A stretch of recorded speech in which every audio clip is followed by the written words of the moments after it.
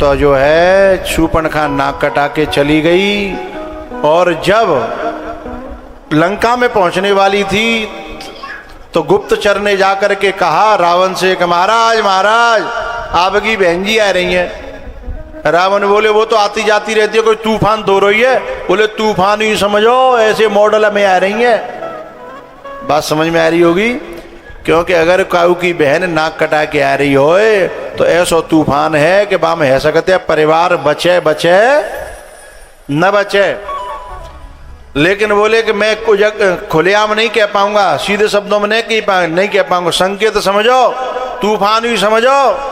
पता नहीं बात तूफान में लंका बचे बचे। अरे बोले ऐसा का है गो, न खोल के बता। बोले खोल के नहीं कह पाऊंगा। बोले संकेत में जो समझ लो कि अब सोनो चांदी पहरवे लायक। अरे बोले सोने चांदी नहीं पहरेगी, डिबिया में धरेगो। बोले और खोल के बता। तो चौकी वो बोले गुप्तचर, बोले न्यो समझ लो कि तुम्हारी बहन जी की जिंदगी में जुकाम ही नहीं होगा। नाक कट गई ना है, बोले जुकाम ही नहीं होगा। इतनी देर में शूर्पणखा आ गई, रावण को भड़का दिया। रावण सीता जी की चोरी करके लाया और उसके बाद भगवान जो आकर के आक्रमण कर देते हैं। और पहले कुंभकर्ण मरा, फिर मेघनाथ मरा और आखिरी में जो है आ गया रावण। और 31 बाण छोड़ करके रावण का गोविंदाय। रावण के बाद में सीता जी को ला करके अयोध्या में स्थापित किया, राम राज्य हुआ। बोलो रामचंद्र भगवान की जय। इसी भागवत जी में आगे चंद्र वंश का वर्णन है, उसमें बड़े बड़े प्रतापी राजा महाराजा भये। और उसी में जो है भगवान कृष्ण के अवतार की भूमिका में वसुदेव और देवकी के 6 पुत्रों की हत्या कंस ने करी। 7वें नंबर पर बलदाऊ भैया रोहिणी के गर्भ से जन्मे। और 8वें नंबर पर भगवान श्री कृष्ण भादों को महीना और अष्टमी, जानते तो हो अष्टमी तिथि, और भादों को महीना और दिन के 12 बजे। हैं? अच्छा रात के भाई तो नार तुम नहीं काटे हो। एक आदमी दिन में कर लेंदे, कोई परेशानी है रही है?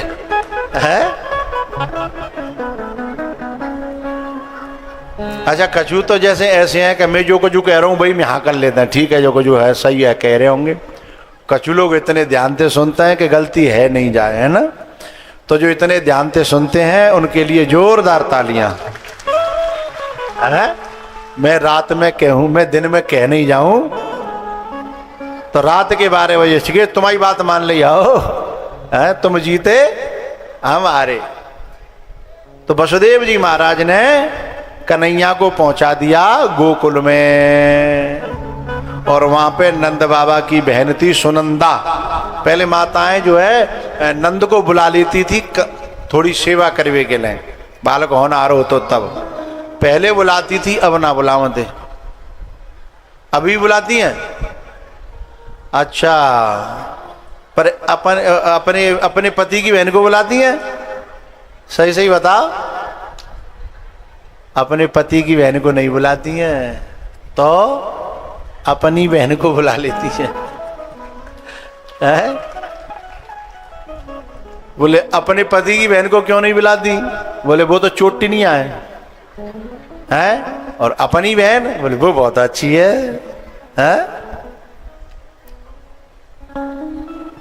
मेरा कहना ये प्रार्थना ये है मैया, अपने पति की बहन का ज्यादा अधिकार है और माताओं को अपनी बहन अपनी ससुराल में नहीं बुलानी चाहिए। गलत कह रहा हूं कि सही? नहीं बुलानी चाहिए। और वैसे भी अपनी बहन के यहाँ छोटी बहन को भी ज्यादा नहीं रहना चाहिए। अब तुम सब समझ रहे हो, ज्यादा खोलने की जरूरत है नहीं है ना। और जो यहाँ जन्मी है या घर की जो बुआ है उसका हक बनता है कि जब कोई बालक हो तो उसे भी कुछ दान दक्षिणा मिलनी चाहिए। बहन और भांजी का हक है। अच्छा, बहुत से जो है ना माताएं अपनी नंद को बुलाती हैं और देती भी हैं, और सचमुच में वो फलती फूलती भी हैं। और बहुत सी यदि नंद यदि अपनी मायके की बड़ाई कर रही है माँ न रहने के बाद में भी, तो समझ लो बा घर में लक्ष्मी आई है जो नंद को भी खुश करके रख रही है? और नहीं तो माताओं का कहना है कि जब तक माँ है तब तक मायका है, लेकिन अगर अच्छी लक्ष्मी आई है तो माँ के न रहने पर भी मायका रहता है। अच्छी लक्ष्मी घर में आई है तो, है ना भैया। उसने जैसे ही लाला के दर्शन करे सो खुशी के मारे जो है चारों तरफ जो है जोर जोर से बोल के कहने लगी कि लाला है गो, लाला है गो, लाला है गो, लाला है गो। बोलो नंद के लाला की जय हो, नंद के लाला की जय हो। जोर से जयकारा लगाना। मैं कहूंगा नंद के आनंद भयो, तुम क्या बोलोगे? हाँ, जय कन्हैया लाल की। नंद के आनंद भयो। आवाज सही तरीका से ना आई, न कि ऐसे तरीका से बोलो। आरती करके जाना, अब तो आरती होने वाली है। हाँ, आवाज में संतुष्टि लायक ना भाई, ताते में अलग अलग करके बुलवाऊंगा, हो माताओं को अलग और पुरुषों को, क्योंकि हमारे यहाँ न्यारे में ज्यादा काम होता है, साजे में ज्यादा काम नहीं होता। माताओं का नंबर है, सब तैयार है जाए, पोपली फोपली सब।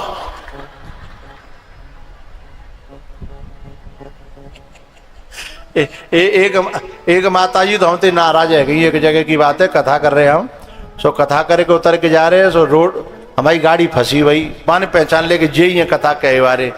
सो बोली हाँ माते हम ते पोपली कह रहा हूं, तू पोपला नहीं होगा?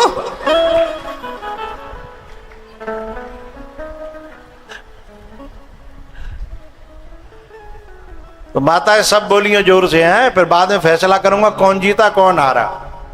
नंद के आनंद भयो। तो हारी दरिया।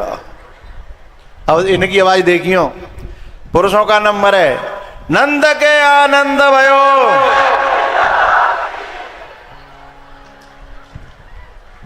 फैसला कर दे कि एक आध बार और नंबर दे, एक और दे। आओ अब के जोर लगा लो। और सुनो, जो नहीं बोलो करो, बाकी कहानी बूका में दो, आवाज तो होगी। माताओं का फिर से नंबर है, नंद के आनंद भयो। हाँ, अब आवाज बढ़ी, अब टक्कर पे आ गई। पुरुषों का नंबर, देखो जिन्हें चुनाव में जीते हुए की बहुत जल्दी है। सब तैयार कर ले। हाँ, नंद के आनंद भयो। क्या बात है। एक नंबर और दूंगा, अभी बराबर पे चल रही है, बिल्कुल टक्कर पे। अब की बार जो आगे पार्टी जाएगी उसकी विजय घोषित कर दूंगा। अरे मैया तैयार है सब? माताओं का नंबर है, नंद के आनंद भयो। पुरुषों का नंबर है, नंद के आनंद भयो।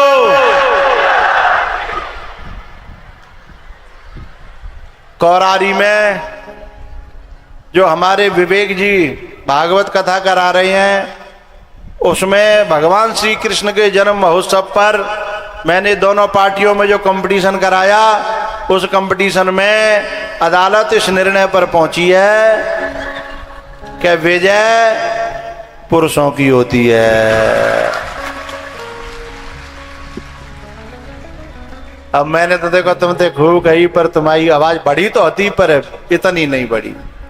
और ये पुरुष इतनी ये काम बोल रहे कि देखो माँ रह रहे हैं तेव बोल रहे और यहाँ रह रहे तेव बोल रहे हैं। जो NRI है गए ना, जो दूसरी जगह जाए बसे हैं, उन्होंने भी संग नहीं छोड़ा है, तभी तो जीत भई है। तो भैया चाहे दूर जाके बस जाए पर अपनी माटी से लगाव रखता है ना, तो वो देश विजय हो ही जाता है।